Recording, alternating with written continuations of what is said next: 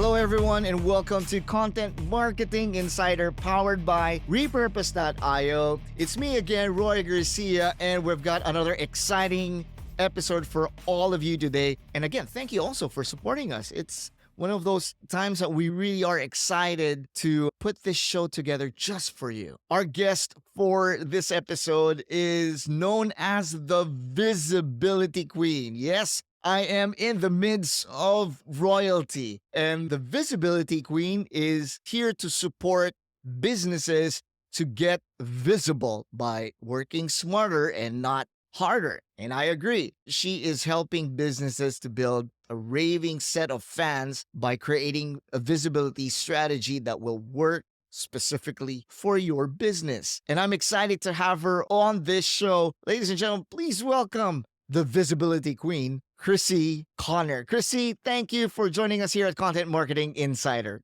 Thank you so much, Roy, for having me. I'm so excited to be here. I am just loving your name. I've had a lot of guests here, but I think you're one of the first ones who actually have a brand name like the Visibility Queen. Yeah, it's fun. And hello, it's like, I love to say I was not born the Visibility Queen. I had to become her because I am one of those people who was an introvert who said she'd never get on video. So it's just a funny tongue-in-cheek thing that I can call myself the Visibility Queen after all of that. That is very interesting. An introvert who calls herself the Visibility Queen. Can you tell us a little bit more about that before we actually go into the topic for today? Absolutely. So back in 2012, I started a business with a friend. Had nothing to do with being online, but we did sell online. We sold skincare. And her goal was for us to get in magazines and on the news. And she did everything she could to try to get us visibility. At the time, we called it brand awareness. And I prayed to God every single night, no lie, please don't let us get selected. That's uncomfortable. I'm not prepared for this. I can't get on video. I cannot do it. So I love to say that's the business that I learned how to do everything wrong in. And so after that business did not work out, I started doing social media for a lot of friends because it was word of mouth. And so this business just grew. And I finally decided I can't take any more clients. What am I going to do? Everything kept pointing to, Crissy, you need to get on video. You can no longer be the behind the scenes girl. People don't know who you are. Like, you're getting all these referrals for social media, but really until you get out there and build that trust with your audience, no one's going to buy from you. Finally said, you know what? I've just got to do this. This is not about me anymore. And I think my fears all came from internal, and they were my fears and my worries about what my friends would say and my fears of screwing up and my fears of getting hives.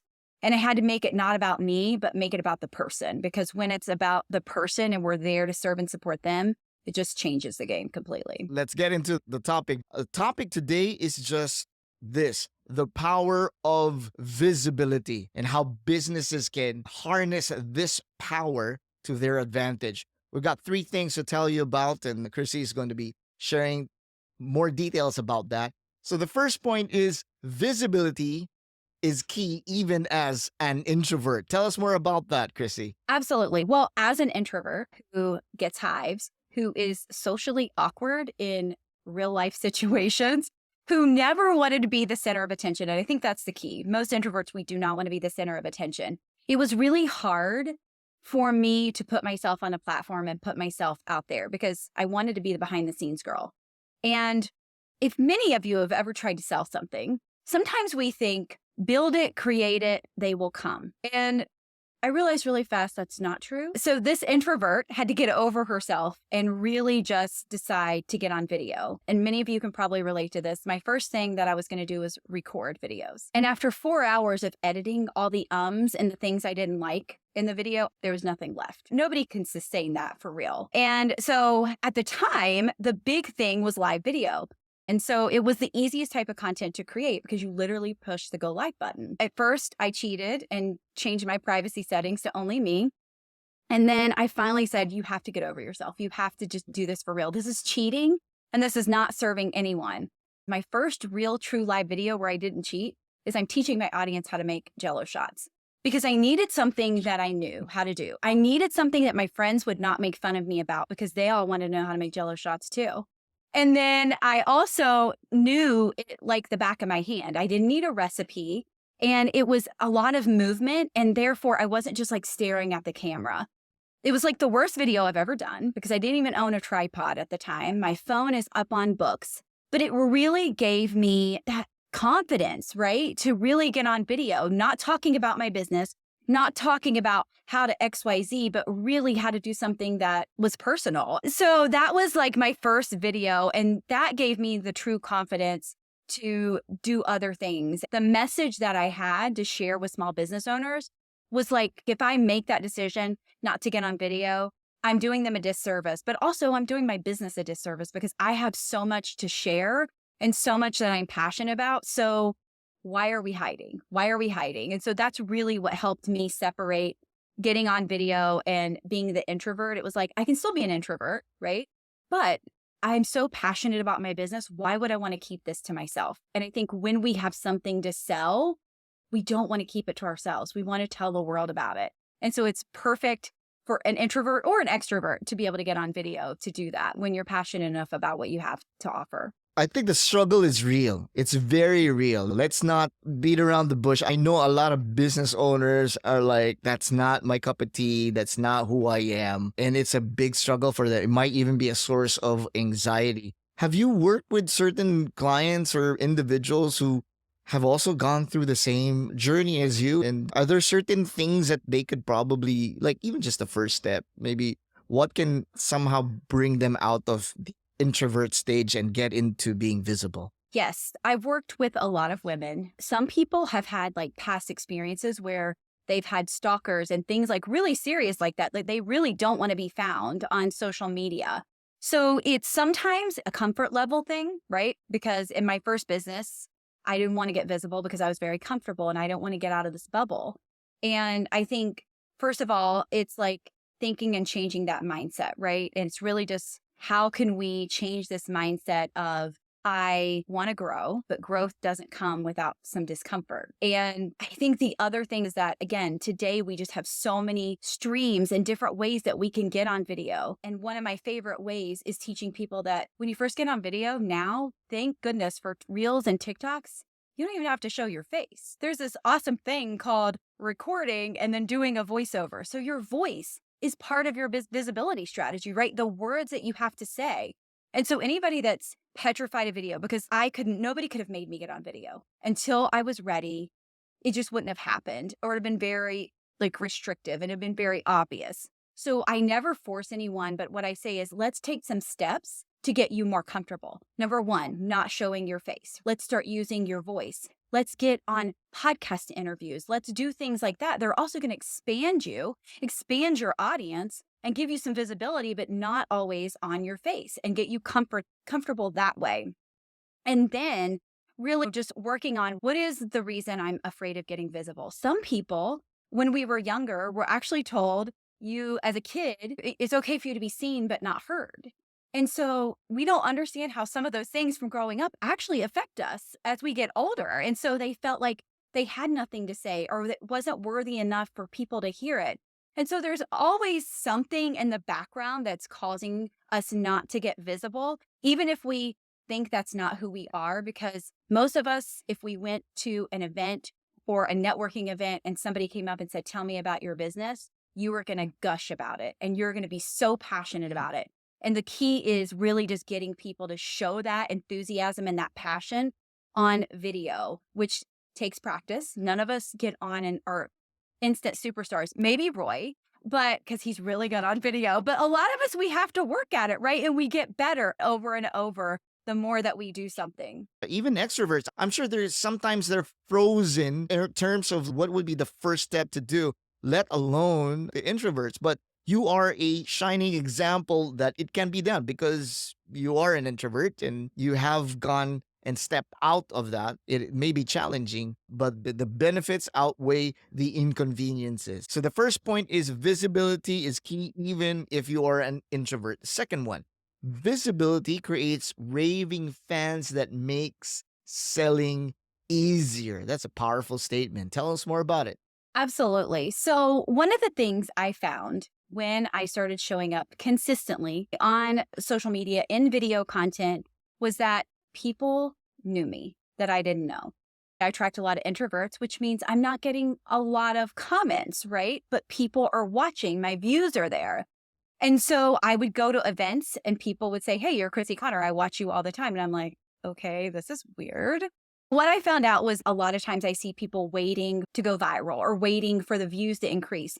And we forget that everybody's always watching. And if you could literally just change one person's life or their day or their minute by doing that video, would you be willing to go on video? And most people say yes.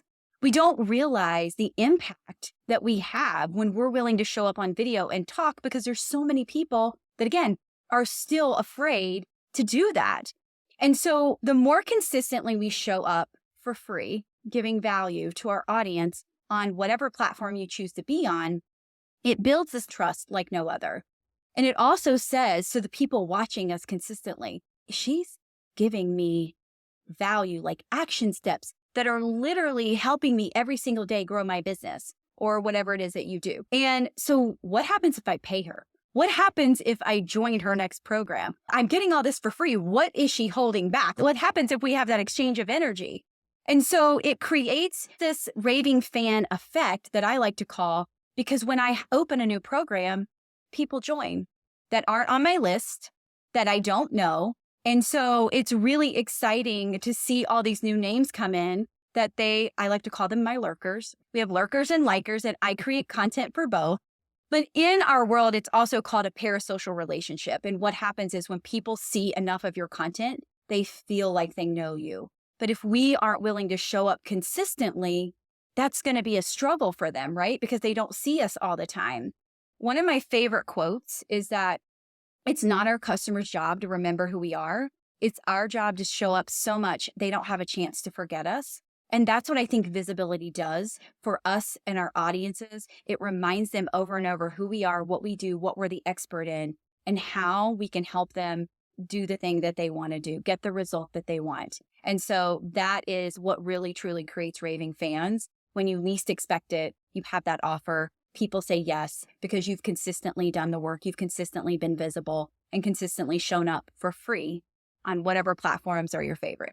Different businesses may have different reasons why they don't want to be in front of a camera. It can either be they're introvert, it's not my cup of tea, or they have limiting beliefs about themselves. Do you think that the raving fans or your following is a great motivator for you to get out of your comfort zone when it comes to visibility?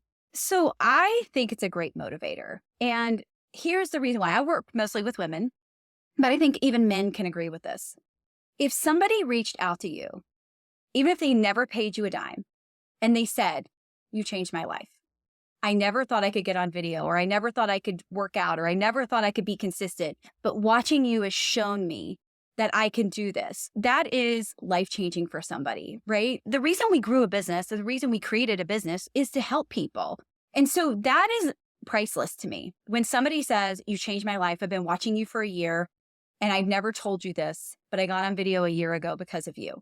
We don't always get the instant gratification of a sale or a like or a comment. But if you know that your raving fans are watching, whether they give you the instant gratification or not, because I believe somebody is always watching, and you know that what you have to say could be life-changing. Marketing is life-changing because you can help somebody increase their sales, which increases their livelihood, which maybe helps them pay off debt, go on vacation, put their kids through college. So if we can position ourselves and our businesses in that thinking and that mentality, it's worth it for all of us to get on video. It's worth it for all of us to show up no matter our comfort zone, our comfort level, our fears, uncomfortable things, our growth. So whenever I do something uncomfortable, I'm like, I'm growing, but I'm also changing lives in the same thing, in the same process. And so if you can stand in that power and know that what you do is life-changing, I think it almost forces you to get on video because you can't stay quiet about it anymore. I think also there's some reciprocity that's happening because the idea is, oh, I'm changing somebody's life. I'm giving value to somebody else's life. But in the process, you are also being improved. You're also getting out of your comfort zone. You're getting out of your shell. So there is reciprocity that's happening in this process. Absolutely. And I love the law of reciprocity. So yes. So even though we're giving and we're doing, we're still growing in the process. And so I love that. Absolutely. Here's a third and final point.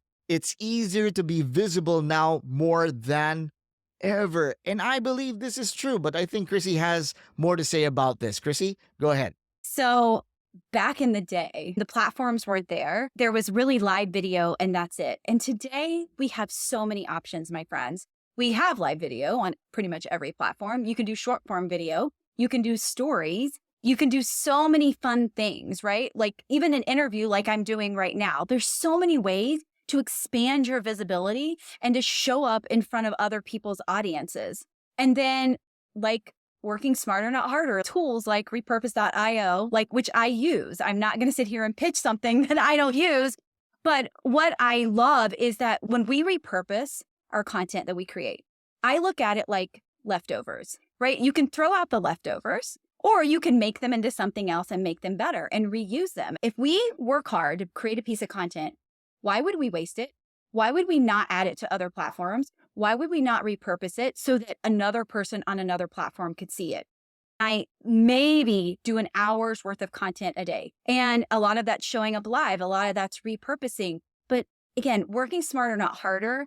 And the platform options and the video options that we have today make it so easy and a no-brainer for us to get out there, create brand awareness for the thing that we're selling. Because listen, we have a noisy world. So the more we can show up, obviously create quality, but the quantity matters too. And the more that we can show up, the more we're going to be able to reach our ideal person and explain to them why they need the transformation or whatever it is that we have to offer for them.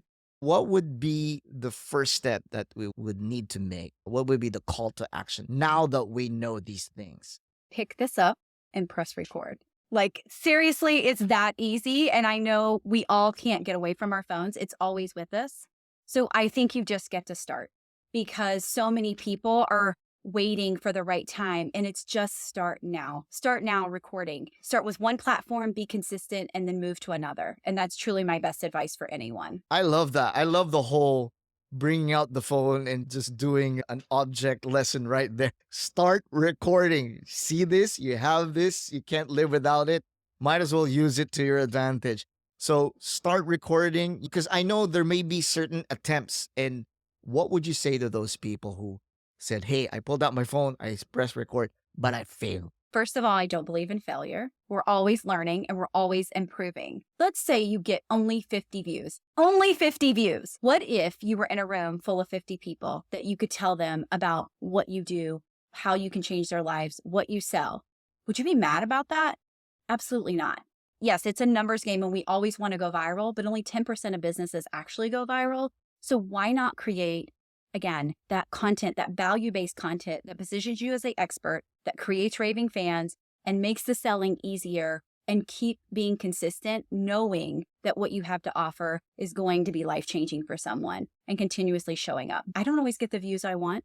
I don't always go viral. And so I think that's just being conscious of that and knowing if I had 50 people in a room, I could blow their mind. And that's what I'm doing with this video. The Queen has spoken. Long live the Queen. Thank you so much, Crissy. It's such a pleasure having you over, and I love your story. And if you want to work with Crissy and pick her brain and more importantly, help you out, we've got links in the description. Go ahead, get in touch with them. Tell them that repurpose.io sent you. Again, Crissy, thank you so much for your time being with us. And with that, thank you also to you for spending this time with us. We hope that we gave you value in this episode. So go get visible, get yourself out there, and hey, you'll never know what's going to happen. Again, this is Roy Garcia from Content Marketing Insider, powered by repurpose.io, and we'll see you again next time.